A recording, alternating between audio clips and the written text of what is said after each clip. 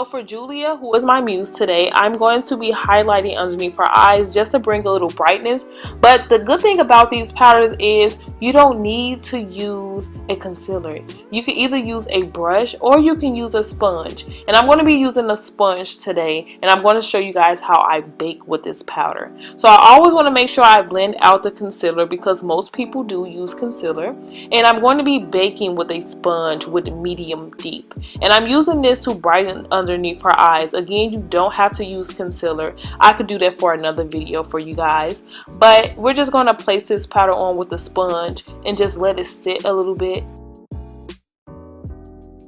Now I'm going to show you guys how I use Deep Rich, and I'm also going to be using the brush that Mented has with these Skin Silk powders. I'm going to be using this to set the rest of her face. Now I love using this powder because it goes so good with her melanin, and so I'm just basically like contouring and setting the rest of her face. So I'm adding like more definition to the face.